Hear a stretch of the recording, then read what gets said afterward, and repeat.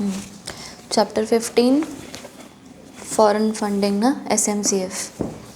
अब foreign funding ये जो चैप्टर है ना, ये आपको ऐसा बोल रहा है कि आपको बाहर से किस हिसाब से पैसे आ सकते हैं। अब देयर आर जस्ट इंस्टीट्यूशंस का चैप्टर है ये, प्रोसेस ये वो सब आपके वो आगे के चैप्टर्स हैं, right. Chapter 16 talks about instruments, laws, process. ये सिर्फ इंस्टीट्यूशंस के बारे में बात कर रहा है कि आपको नॉर्मली इंस्टीट्यूशन एज सच कहाँ कहाँ से पैसा आ सकता है। इंस्टीट्यूशन मतलब वो बड़ी बड़ी organisational bodies, united nations, world bank, international monetary fund, IMF, ठीक है, ये तो एशियन डेवलपमेंट बैंक्स। तो हम उनके बारे में बात करें कि ऐसी कौन से इंस्टीट्यूशंस हैं जो आपको फ़ॉरेन से फंडिंग दे रहे हैं। बाकी जो हम दूसरे कंट्री से लोन लेकर आते हैं वो सब अलग चीज़ है, right. We are talking about institutions now. अब है ना, आपके पास इतना अपने को पता है कि जैसे कि भाई हर कंट्री के पास एक अलग अलग टाइप ऑफ रिक्वायरमेंट होती है ऑफ मनी, राइट। और कंट्रीज़ को, या हम ऐसे अगर बोले कि वर्ल्ड में हम जो कंट्रीज़ हैं उनको अलग अलग तरफ से डिवाइड, एक क्लासीफाई करते हैं। बेसिक क्लासिफिकेशन होती है एक कंट्री जो डेवलप्ड है, डेवलपिंग है और अंडर डेवलप्ड है, राइट। इन कंट्रीज़ की हम बात करते हैं यूजुअली, करेक्ट। तो जब हम ऐसा बात करते हैं तो आपको अगर अपने अगर सोचे तो पैसा की ज़रूरत पड़ रही है या फॉरेन फंडिंग की ज़रूरत है, तो फंडिंग किस कंट्रीज़ को ज़रूरत होती है? यूजुअली जो डेवलपिंग होंगी या अंडर डेवलप्ड होंगी, राइट। अगर मान लो कि आपको किसी को पैसा देना है, तो आपको पता है जो इंसान पैसा लौटा पाएगा कि नहीं लौटा पाएगा, तो उनको तो उसके लिए पैसा मिलेगा कहीं से, राइट। एक वो चीज़ हो गई।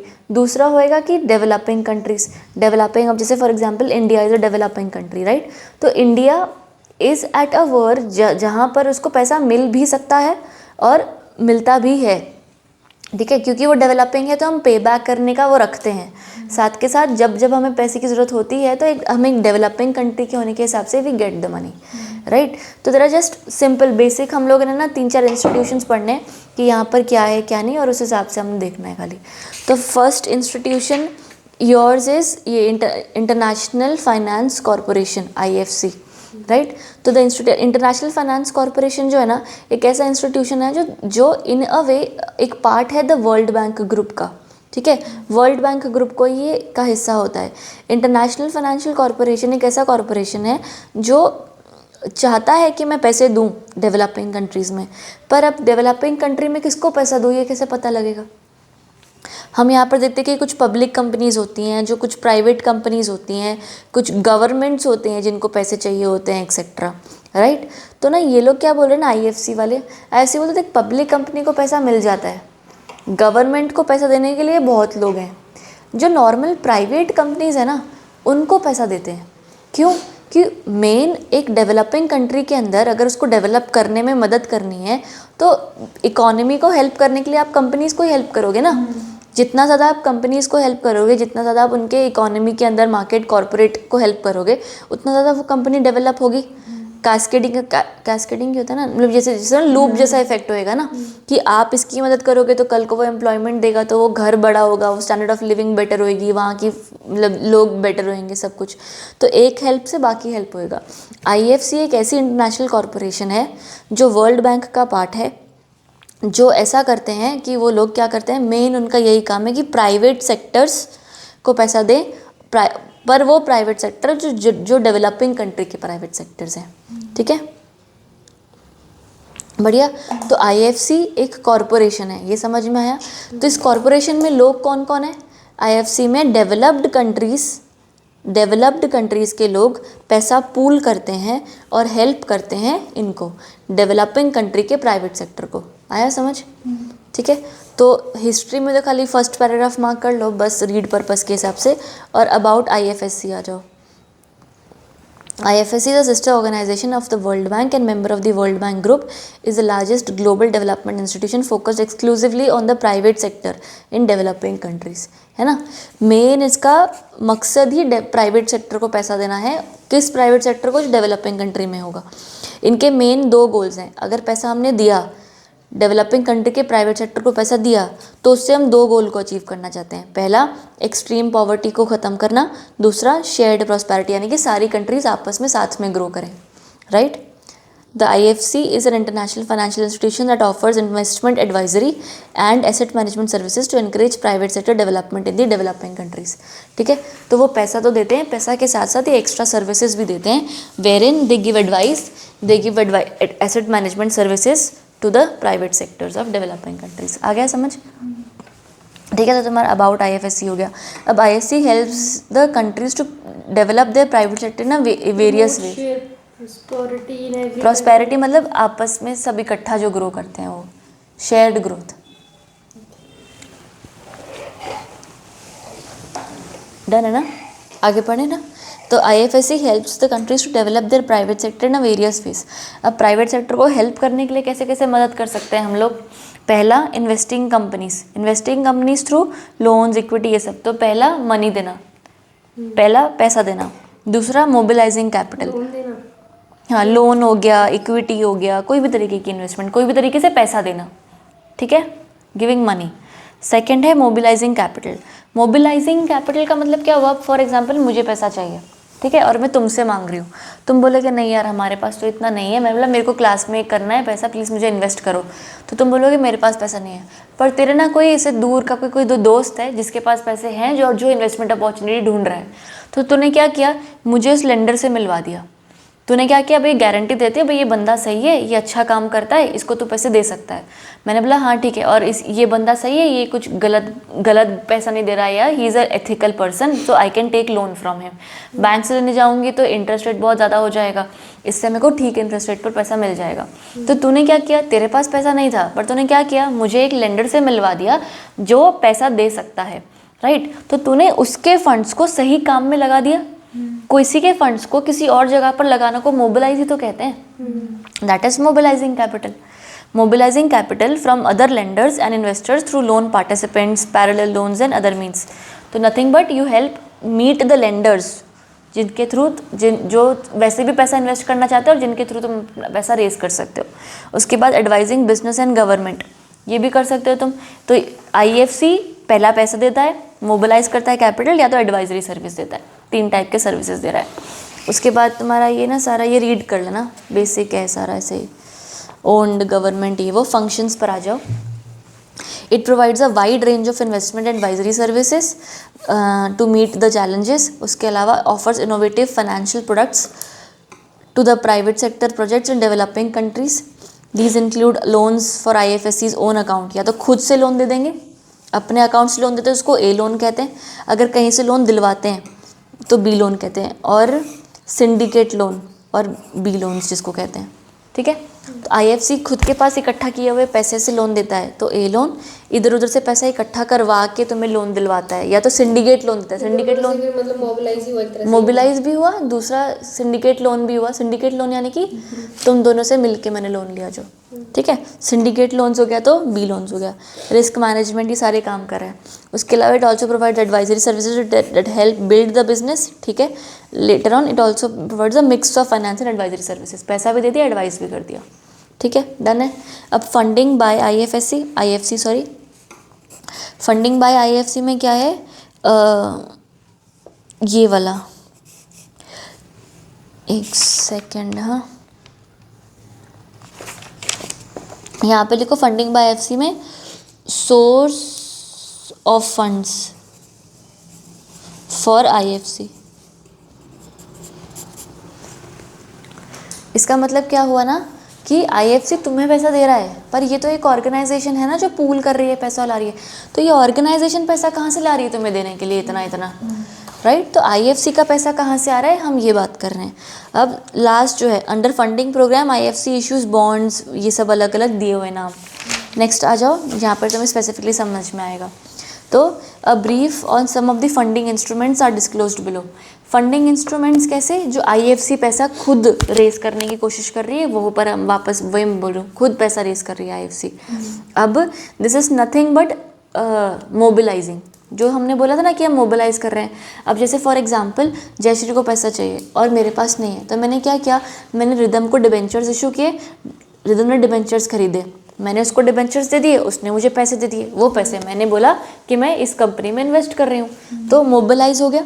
बस हम इसी बारे में बात कर रहे हैं कि आप मोबिलाइज कैसे करते हो।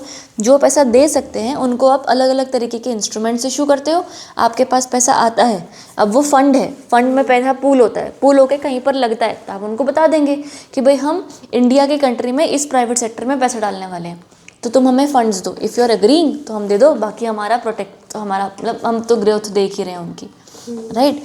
तो पहला बेंचमार्क एंड ग्लोबल बॉन्ड्स, तो आईएफसी ये बेंचमार्क या ग्लोबल बॉन्ड्स इशू करते हैं। बेंचमार्क के ऊपर लिखो market linked debentures, market linked debentures, और ग्लोबल बॉन्ड्स मतलब issued in more than one country, issue more than one country, ठीक है। तो कुछ नहीं, बस इजी। तो बेंचमार्क मार्केट लिंक डिबेंचर्स होंगे कि भाई मार्केट, जैसे अगर मेरी कंट्री में कोई मार्केट, फॉर एग्जांपल निफ्टी और ये सेंसेक्स और ये सब है, तो उससे लिंक्ड है कि सेंसेक्स ऊपर जाएगा तो बॉन्ड का भी ऊपर जाएगा वैल्यू, सेंसेक्स नीचे जाएगा तो उसका भी नीचे जाएगा, it is linked with some market, ठीक है। तो मार्केट लिंक डिबेंचर्स होते हैं या ग्लोबल बॉन्ड्स होते हैं। तो आईएफसी ये इशू करता है पैसा रेज करने के लिए, पॉइंट नंबर 1 बस। दूसरा डिस्काउंट नोट्स, वहाँ पर लिखो zero coupon bond ZCB।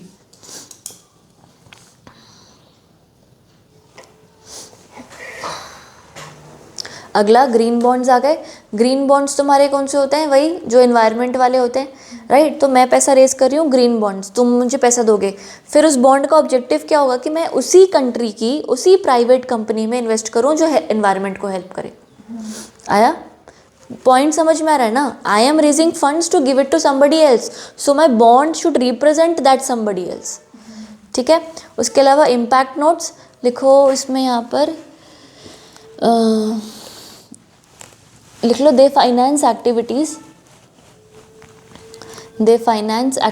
which have a great impact on society, they finance activities which have a great impact on society but does not include social or green bonds. It does not include Social bonds or green bonds.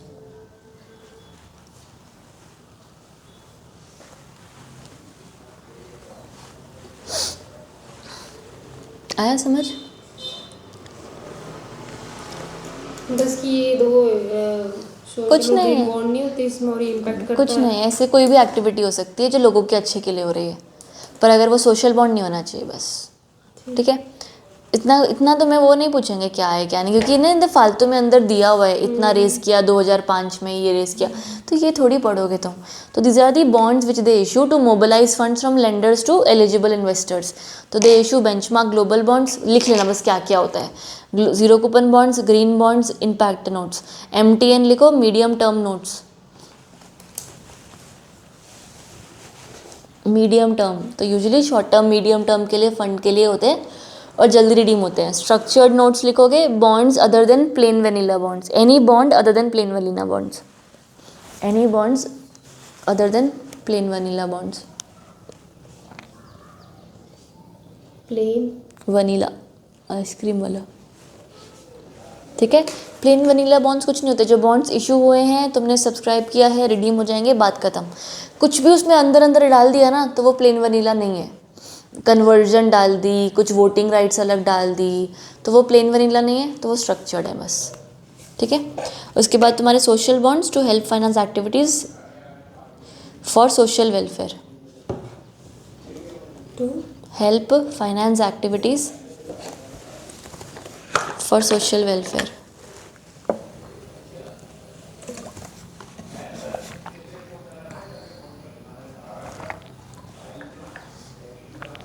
आया समझ, easy. तो IFC है क्या, कुछ नहीं, IFC एक ऐसा organisation है जो वर्ल्ड बैंक का ग्रुप का पार्ट है। ये फंड करता है डेवलपिंग कंट्री के प्राइवेट सेक्टर को। फंड कैसे करता है, पैसे देके, एडवाइस देके, फंड मोबिलाइज करके, मोबिलाइज करने के ये इंस्ट्रूमेंट्स हैं, बस ख़त्म, ठीक है। उसके बाद तुम्हारा अब आ जाओ, ये तो ठीक है अलाइन कर रहा है विद SDGs फालू, ठीक है। एशियन डेवलपमेंट बैंक आ जाओ। एशियन डेवलपमेंट बैंक है ना, अगेन पैसा दे रहा है, फाइनेंस कर रहा है, पर वो एशियन डेवलपमेंट बैंक है, यानी कि एशिया की कंट्रीज़ को सबसे ज़्यादा ज़रूरत थी पैसों की, राइट। यूएस और यूरोपियन कंट्रीज फिर भी डेवलप्ड हैं। तो एशियन डेवलपमेंट बैंक उस तरफ से आए कि हमें ना पॉवर्टी हटानी है। पहली बात तो हमें कोई प्रॉस्पेरिटी इनका नहीं था, पीछे इनका गोल हमने पढ़ा था ना, उनके दो गोल थे आईएफसी के, एंड पॉवर्टी और शेयर्ड प्रॉस्पेरिटी। इनका बोलते प्रॉस्पेरिटी भाड़ में गया, पहले पॉवर्टी हटाओ, एशिया में बहुत पॉवर्टी है। तो Asian development banks were made with the objective to eradicate poverty, extreme poverty. पर इनका मेन था कि हम सिर्फ एशिया पैसिफिक रीजन के लोगों को लोन दें और किसी को लोन ना दें।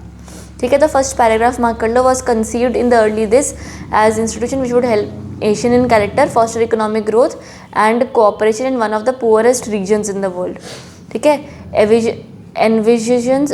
envisions a prosperous, inclusive, resilient and sustainable Asia and while sustaining effort to eradicate poverty in the region. बढ़िया, मेन इनका यही काम था सारा। आ गया समझ। उसके अलावा areas of work committed to achieve prosper sustainable Asia Pacific, effort to eradicate poverty, provide loan, technical assistance, grants, कोई भी तरीके से हेल्प करने की कोशिश कर रहे हैं। डोनेशंस दे रहे हैं, लोन्स दे रहे हैं, कोई टेक्नोलॉजी का असिस्टेंस दे रहे हैं कि तुम ये टेक्नोलॉजी यूज़ कर लो, तुम्हारे लिए अच्छा रहेगा, वो कुछ भी तरीके से। ADB supports projects in developing countries that create economic development impact etcetera. Next आओ यहाँ पर, as a multilateral development finance ADB provides loan, technical assistance, grant, same लिखा हुआ है। ठीक है, अब financing and investment by ADB, पहला प्राइवेट सेक्टर फाइनेंस, कुछ नहीं बस इजी। तो ये लोग क्या करते हैं, प्राइवेट सेक्टर को, अब आईएफसी में तो बोला ही हुआ था कि सिर्फ प्राइवेट सेक्टर को देंगे, इनको तो ऐसा नहीं बोला हुआ था ना। तो उन्होंने पहला बोला कि हम प्राइवेट सेक्टर को देंगे, एक तरीके हमारा पैसा देने का ये है। प्राइवेट सेक्टर को कैसे देंगे, दो तरफ के लोन्स हो सकते हैं, एक विद गारंटी, एक विदाउट गारंटी। जो विद गारंटी होगा वो तो ऑफकोर्स थोड़ा सेफ होगा। गारंटी कौन दे रहा है, कंट्री। जिस कंट्री के प्राइवेट सेक्टर को आप लोन दोगे वो कंट्री गारंटी देगी कि हम हैं। अगर उस कंपनी ने लोन वापस ना किया तो कंट्री पे भरोसा रखो, लोन कंट्री वापस कर देगी। तो लोन दो टाइप का होगा, एक विद गारंटी, एक विदाउट। जो विद गारंटी हुआ ना वो कंट्री का गारंटी हो गया। जो विदाउट गारंटी हुआ ना उसमें ना एक अलग चीज़ है। अलग चीज़ क्या हुई ना कि है ना, एडीबी ने बोला कि अगर ऐसा लोन चाहिए या ऐसा लोन देना है तो हम दे देंगे। तो ना पर जो विदाउट गारंटी वाला लोन होगा उसमें बोला गया कि यार इफ़, एक से नहीं, उल्टा है, कुछ उल्टा है, नहीं, एक हुआ विदाउट गारंटी, उल्टा मैंने बोल दिया, एक हुआ विदाउट गारंटी, एक विद गारंटी हुआ। विद गारंटी में कंट्री गारंटी दे रही है, तो कंट्री ने एक कंडीशन लगाया एडीबी पर। बोला क्या कि देख अगर कल को कुछ भी पंगा हुआ ना तो लोन के टर्म्स या लोन की अमाउंट को कैंसिल नहीं करेगा, तो ही हम गारंटी देते हैं। आया समझ। तो प्राइवेट सेक्टर को एडीबी लोन दे रहा है। एडीबी लोन दे रहा है दो टाइप से, विद और विदाउट गारंटी। विदाउट गारंटी है तो बात ही खत्म, विद गारंटी है तो कंपनी का कंट्री वापस बीच में आ गया। कंट्री बीच में आया तो कंट्री ने बोला if default happens you will not change the loan terms और कैंसिल द लोन अमाउंट और do anything about it, then only we will provide the guarantee. ठीक है, तो बस ये फर्स्ट पैराग्राफ देख लो। फर्स्ट पैराग्राफ के पहले फर्स्ट टू लाइंस मार्क करो। ADB undertakes non sovereign operations to provide finance to eligible recipients in developing member countries. और थर्ड लाइन में एक विदाउट गवर्नमेंट गारंटी होगा और एक विद गवर्नमेंट गारंटी होगा। Under the term that do not allow ADP upon default by guarantor to accelerate, suspend और cancel any of the loan और guarantee between ADB and related sovereign, कि कोई भी चीज़ को चेंज नहीं किया जाएगा। आया समझ मतलब पूरा। उसके अलावा थर्ड टाइप है प्राइवेट सेक्टर वालों को, ए और बी तो दे दिया, विद विदाउट। और एक तीसरा पॉइंट तुम मार्क कर लो, second paragraph second line last में लिखा है ADB offers political risk guarantee. मिला, इधर है कहीं पे, यहाँ पे मेरी उंगली है, पॉलिटिकल रिस्क गारंटी। ठीक है, पॉलिटिकल रिस्क गारंटी क्या हुआ कि हमने एडीबी को बोल दिया कि यार ठीक है हम ये काम करें, तुमने हमें पैसा भी दे दिया, सब कुछ सही है, राइट। तो ये जो, लेकिन ये जो प्रोजेक्ट है ना, इस प्रोजेक्ट में कंट्रीज़ का कुछ प्रॉब्लम आ सकता है या पॉलिटिकली कोई रिस्क हो सकता है, तो वो बोले कि ठीक है हम गारंटी देते हैं, कल को कुछ प्रॉब्लम हुआ या कुछ नुकसान हुआ तो हम हैं। ठीक है, ये डन हो गया। उसके अलावा loans and other debt instruments देते हैं। ADB offers hard currency loans. Hard currency loans मतलब लिख लो, globally accepted currency denomination. Hard currency मतलब ऐसी करेंसी जो हार्ड है, ग्लोबली एक्सेप्टेड करेंसी डिनोमिनेशंस मतलब ऐसी करेंसी जो यूजली सब जगह पर एक्सेप्ट हो जाती है। अभी आप कहीं पर भी जाओगे ना, किसी भी मतलब कंट्री के किसी भी एयरपोर्ट पर जाओगे ना तो यूएस डॉलर चलता है, तो ये ऐसी करेंसी जो यूजुअली एक्सेप्टेबल होती है। ठीक है, हो गया। उसके बाद both senior and subordinate loan. Senior loan मतलब मेन एक्ट के लिए जो लोन दिया गया, जो तेरे को मान ले तेरे को मशीन खरीदनी थी तो मशीन के लिए लोन दिया गया। साथ में सबॉर्डिनेट लोन, सबॉर्डिनेट लोन मतलब तू मशीन ला रही थी यूएस से, तो तेरे को लाने के लिए ट्रांसपोर्टेशन का खर्चा हो गया, वो और एक्स्ट्रा पैसा लग रहा है, तो वो subordinate loan. Loan for the primary activity is senior loan, loan for the allied activity is subordinate loan. ठीक है, वो हुआ। As well as mezzanine financing, mezzanine financing मतलब अनसिक्योर्ड लोन। ठीक है, तो लोन एडीबी ऑफर्स करता है hard currency loans, senior subordinate loans, mezzanine finance. ADB also offers local currency loan, यानी कि आपके डोमेस्टिक कंट्री की जो करेंसी है उसमें दे देंगे। ठीक है, in selective market on a case to case basis, interest rates and other terms vary depending upon the company. आया यहाँ तक। उसके बाद रेट्स हो गए, एडीपी आपका फ्लोटिंग रेट या फिक्स्ड रेट पर लोन दे देगा। Floating rate is political situations या मार्केट या कुछ के ऊपर भी फ्लोट होता रहेगा, रेपो रेट के ऊपर या किसी पर भी फ्लोट होगा। दूसरा फीस लेता है, market based fees are charge, जब लोन देगा तो फीस चार्ज करेगा। फीस कैसी चार्ज कर सकता है, दो तरफ से फीस भी। एक बोला है once only front end fees, loan देते टाइम पर आपसे कोई फीस चार्ज करी, front end fees, as well as ongoing commitment fees. अब ऑनगोइंग कमिटमेंट फीस कैसी होती है, मान लो किसी कंट्री में किसी कंपनी को 10 करोड़ का लोन चाहिए। ठीक है, तो मैंने ना सैंक्शन करवा लिया कि एडीबी मुझे ना 10 करोड़ का लोन चाहिए, आप सैंक्शन कर दोगे लोन। कहते ठीक है, सैंक्शन, सैंक्शन मतलब अप्रूव हो गया। अब मैंने ना बोला कि लेकिन मेरे को 10 करोड़ आज नहीं चाहिए, मुझे ना आज 5 करोड़ दे दो, मैं 5 साल बाद 5 करोड़ और ले लूँगा। ठीक है, तो मैंने 5 करोड़ तुमसे ले लिए, ये हो गया। अब जो बचे हुए 5 करोड़ हैं जो अब तक मैंने नहीं लिए हैं, वो 5 करोड़ तो तुम्हारे पास सैंक्शनड है मेरे, पढ़े तुम्हारे पास है, मेरे पास आए नहीं। मेरे पास नहीं आए तो मैं इस पर इंटरेस्ट थोड़ी दूंगी, तो इंटरेस्ट भी नहीं दे रही। पर ये पैसे तुम किसी और को भी लोन नहीं दे सकते, क्यों? क्योंकि मेरे नाम पे अप्रूव्ड है, राइट। तो ये लोन, ये अमाउंट सैंक्शनड अमाउंट हुई। इस सैंक्शनड अमाउंट को तुम्हारे पास रखने के लिए मैं एक फ़ीस देती हूँ जिसको कहते हैं ongoing commitment fees. Fees paid for the amount sanction but not taken as loan. ठीक है, तो ये वाली फीस होगी। तो मेन, उसके अलावा आउट ऑफ पॉकेट एक्सपेंस, यानी कि हाँ आउट ऑफ पॉकेट एक्सपेंस कुछ लिखा हुआ है थर्ड लाइन में, सेकंड लास्ट लाइन में, वो होगी cost before sanction of loan. आया समझ? बाकी सिक्योरिटी है। आ गया? तो पहला private financing. Private financing 3 type के पॉइंट्स, तुम्हें सिर्फ पॉइंट्स लिखने हैं इसमें, 3 टाइप के, कि विद गारंटी, विदाउट गारंटी और पॉलिटिकल रिस्क गारंटी। उसके बाद लोन एंड डेट में कि भाई आपको लोन मिलता है कैसा कैसा, हार्ड करेंसी, सीनियर सबॉर्डिनेट, मैजनीन, ये मिलता है। लोकल करेंसी, 5 टाइप का तुम्हें लोन मिलता है, जिसके ऊपर रेट अलग हो सकता है, फीस अलग हो सकती है, सिक्योरिटी लेनी पड़ सकती है। ठीक है, उसके बाद इक्विटी इंस्ट्रूमेंट्स। इक्विटी इंस्ट्रूमेंट्स कुछ नहीं, equity simple, may invest in enterprise, offers finance through equity including direct equity, common shares, preference stock, ये सब। ठीक है, बस गिव दिस। बाकी उसके अलावा अगले बुलेट पॉइंट में मैं also invest in private equity up to certain exposure limits, private equity में भी डाल सकते हैं, एक प्राइवेट फाइनेंसिंग, प्राइवेट प्लेसमेंट, ये सब। ठीक है, गारंटी भी दे सकते हैं, सिंडिकेट लोन भी दे सकते हैं।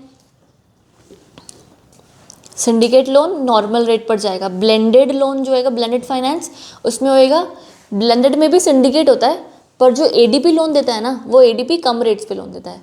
The ADP loan will be at concessional rate.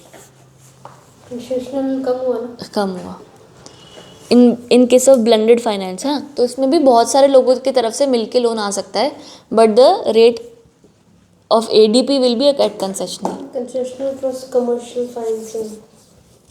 Commercial financing क्या है? कमर्शियल कंपनीज को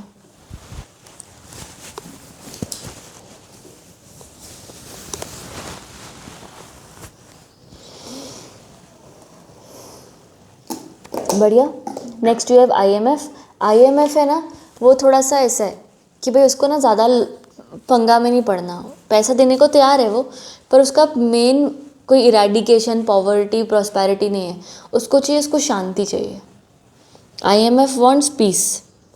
ठीक है, अब peace, but international monetary fund है, तो पीस में योगा तो कराएगा नहीं। कैसा पीस चाहिए उसको? उसको फाइनेंशियल स्टेबिलिटी चाहिए। इकोनॉमी इतना ज़्यादा मार्केट ऊपर नीचे उसको नहीं चाहिए। तो वहाँ पे लिख लो आईएमएफ ऑब्जेक्टिव, लिख लो नीचे, objective to maintain financial stability. To maintain financial stability at the international level. ठीक है, पूरा ग्लोबली मेरे को फाइनेंशियली स्टेबल चाहिए।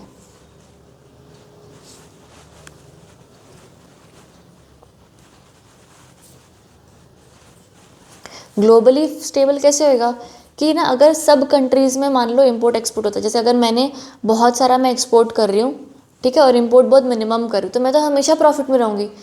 मैं अगर जयश्री की एक कंट्री और मेरी एक कंट्री है, मैं इसको एक्सपोर्ट करे जा रही हूँ सामान, तो ये मुझे पैसे दिए जा रही है, तो इस कंट्री का पैसा मेरे पास आ गया, तो इसकी कंट्री फाइनेंशियली अनस्टेबल हो जाएगी और मैं तो प्रॉस्पर रहूँगी, राइट। तो ना IMF बोलता है कि यार नहीं चाहिए ऐसा, एक कंट्री ऊपर एक कंट्री नीचे नहीं, ऐसा कुछ करो कि सबका एक्सपोर्ट माइनस इंपोर्ट ज़ीरो। इससे क्या होएगा, एक बैलेंस ऑफ पेमेंट्स बना रहेगा। Balance of payment is nothing but creating a balance where in export minus import भी ज़ीरो। ठीक है, तो मिशन इसका यही है, to keeping a track on the global economy leading to countries, sorry lending to countries with balance of payment difficulty. Balance of payment नहीं बन रहा है इनका, BOP लिख लो, इनफ्लो माइनस आउटफ्लो वाला। Balance of payment means inflow minus outflow, zero is equal to zero नहीं, वो हम अचीव करना चाहते हैं। बैलेंस ऑफ पेमेंट BOP ये लिखा हुआ है ना, बैलेंस ऑफ पेमेंट, इसका मतलब होता है inflow minus outflow, inflow of currency minus outflow of currency. ठीक है, उसके अलावा गिविंग प्रैक्टिकल हेल्प, बाकी ऑब्जेक्टिव है ये cooperation, stability, balanced international trade, वही BOP हो गया। Employment, poverty around the world को रिड्यूस करना। ठीक है, बाकी डोमेस्टिक एक्सटर्नल फैक्टर्स होते हैं, क्राइसिस क्रिएट करते हैं आपकी कंपनी में, वो ठीक है, ये गिव दिस अ रीड, या इसको रीड मार्क कर लो। नेक्स्ट आ जाओ IMF के रिसोर्सेज, यानी कि IMF के रिसोर्सेज मतलब IMF कहाँ से पैसा निकाल रहा है। ठीक है, अब इंटरनेशनल मॉनेटरी फंड है, तो फंड के मेंबर्स होते हैं, है ना, तो इंटरनेशनल मॉनेटरी फंड के पास मेंबर्स होते हैं। अब ये मेंबर्स पैसा देते हैं, उसके अलावा और भी कोई तरीका हो सकता है। हम चाहते क्या है कि सब जगह पर सब शांति बनी रहे, फाइनेंशियल स्टेबिलिटी बनी रहे, तो हमने क्या किया ना, अच्छी अच्छी कंट्रीज़ हमारा मेंबर बनती है और मेंबरशिप हम फीस लेते हैं। तो IMF एक बहुत बड़ा इंटरनेशनल ऑर्गेनाइजेशन है जो इंटरनेशनल लेवल पर कंट्रीज़ को अपना मेंबर बनाता है और उनसे हर साल की मेंबरशिप फीस लेता है। ठीक है, अब जैसे एक बेसिक कोऑपरेटिव सोसाइटी होती है, वो लोग क्या करते हैं, पैसा डालते हैं और अपने किसी मेंबर को पैसा दे देते हैं जिसको ज़रूरत है। तो IMF भी यही कर रहा है। IMF का पहला source of finance is member का कोटा, अपने अपने मेंबर्स जो पैसे दे रहे हैं। IMF is main source of financing, each member of the IMF is assigned to a quota based broadly on its relative position in the world. IMF regularly reviews quotas to assess their adequacy overall and their international distribution among जो अपने members. बंदे होंगे वो देंगे पहले पैसा ना। हाँ, मतलब जो IMF के मेंबर होंगे। हाँ, ठीक है, IMF के रिसोर्सेज प्रायोरिटी वाइज है। फिर उसके बाद है new arrangement to borrow. New arrangement to borrow का मतलब क्या हुआ कि अगर मान लो तुमने सबने पैसा दे दिया पर उस पैसे से हमारा काम पूरा नहीं हो रहा है, जो भी मेरा ऑब्जेक्टिव था वो पूरा नहीं हो रहा है, तो मैं डेवलप्ड कंट्रीज़ के लोगों से पैसा मांगूंगी कि यार तुम हेल्प कर सकते हो, मुझे श्रीलंका की मदद करनी है, ऐसा। तो new arrangement to borrow constitutes the second line of defence through the NAB वही new arrangement to borrow. NAB certain member countries and institution stand ready to lend additional resources to address challenges to the international monetary system, कि भाई ये लोग देते हैं। पर अब ये तो एक ऑर्गेनाइजेशन है ना, इसमें बहुत सारे मेंबर हैं, तो NAB activation required support from 85% of participants eligible to vote.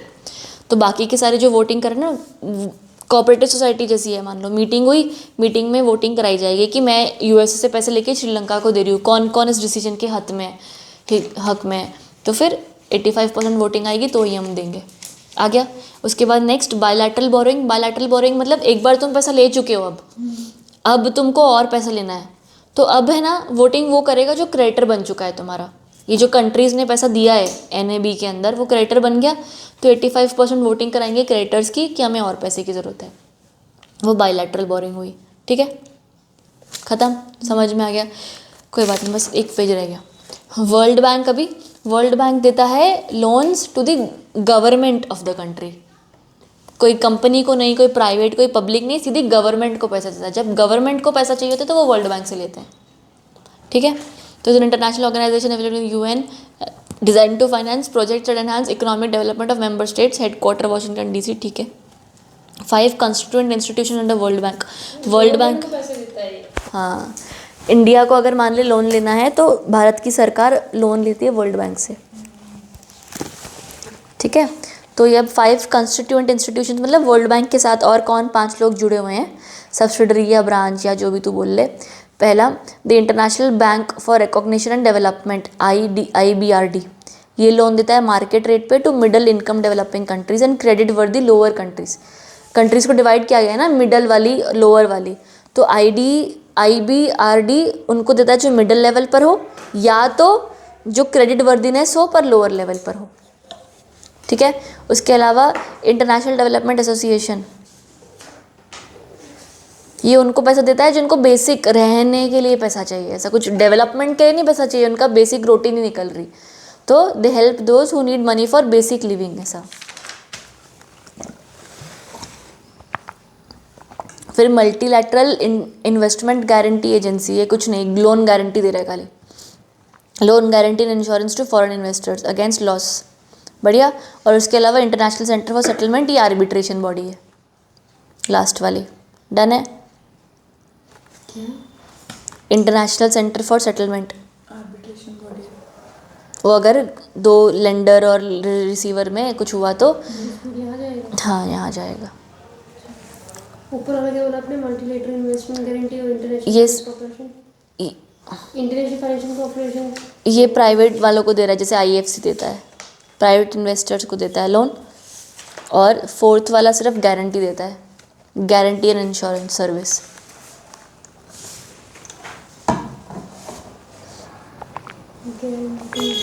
And insurance service,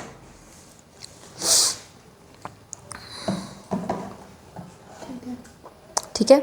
अब lastly world bank covers the following, कहाँ कहाँ पैसा दे रहे हैं। वर्ल्ड बैंक के ना पता है कब बना था, वर्ल्ड बैंक बना था जब वर्ल्ड वॉर 2 शुरू हुआ था, ठीक है, तब उन्होंने बनाया था। क्यों? क्योंकि वर्ल्ड वॉर 2 के बाद बहुत कंट्रीज़ बहुत ज़्यादा डिसरप्ट हो गई थी, तो हमने एक बैंक बनाया जिसने बोला कि जो कंट्री की हालत सही है वो उस कंट्री को दे दो जो वर्ल्ड वॉर में तबाह हो गई, तब बनाया था ये, ठीक है। और फिर उनको रिवाइव करने के लिए बनाया गया था, पर वर्ल्ड वॉर 2 वाला ख़त्म हो गया, कंट्रीज़ रिवाइव हो गई, फिर उनको लगा कि चीज़ तो अच्छी है, कंटिन्यू करते हैं, तो उन्होंने तब से कंटिन्यू कर रखा है इसको, ठीक है। अब लेकिन वर्ल्ड वॉर तो ख़त्म हो गया, तो अब उनका प्रायोरिटी है क्लाइमेट चेंज में, फूड सिक्योरिटी हो सारे कंट्रीज़ में, और lastly human capital project. Human capital project मतलब ऐसी चीज़ें करो जिससे आपकी कंट्री का ह्यूमन रिसोर्स बेटर हो। कुछ नहीं, क्या करोगे, एजुकेशंस दोगे, ट्रेनिंग्स दोगे, वैसे सब, to develop human resource, food security, climate change, done है। एक ना सबके ऑब्जेक्टिव